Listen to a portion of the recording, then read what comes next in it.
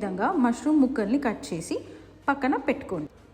ముందుగా మనకు కావాల్సిన పదార్థాలు: ఒక మీడియం సైజ్ ఉల్లిపాయ ముక్కలు, 2 మీడియం సైజ్ టొమాటో ముక్కలు, 2 పచ్చిమిరపకాయలు, కొన్ని క్యాష్యూ. ముందుగా బాండీలో నూనె వేసి వేడి చేయండి. నూనె వేశాక మనం ముందుగా తరిగి పెట్టుకున్న మష్రూమ్స్ని వేసి కొద్దిగా నీరు బయటికి వచ్చే వరకు వేయించండి. ఇలా వేయించిన మష్రూమ్ని తీసి ప్లేట్లో ఒక పక్కన పెట్టుకోండి.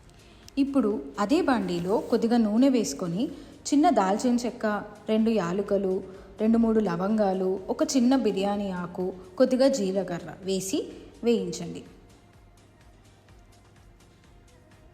ఆ తర్వాత మనం ముందుగా తరిగి పెట్టుకున్న ఉల్లిపాయ ముక్కలను వేసి వేయించండి.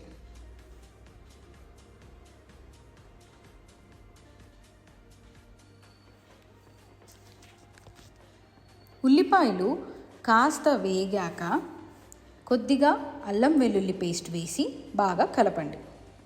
అల్లం వెల్లుల్లి పేస్ట్ పచ్చివాసన పోయే వరకు వేయించండి.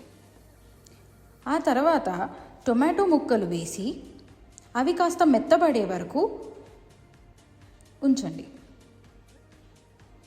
తర్వాత మనం ముందుగా పక్కన తీసి పెట్టుకున్న జీడిపప్పుని కొద్దిగా పేస్ట్ చేసుకొని ఆ టొమాటోస్ మగ్గిన దాంట్లో వేసి కాసేపు మూత పెట్టండి. ఆ తర్వాత కొద్దిగా పసుపు, కావాల్సినంత ఉప్పు, కావాల్సినంత కారపొడి, కొద్దిగా ధనియాల పొడి వేసి బాగా కలపండి.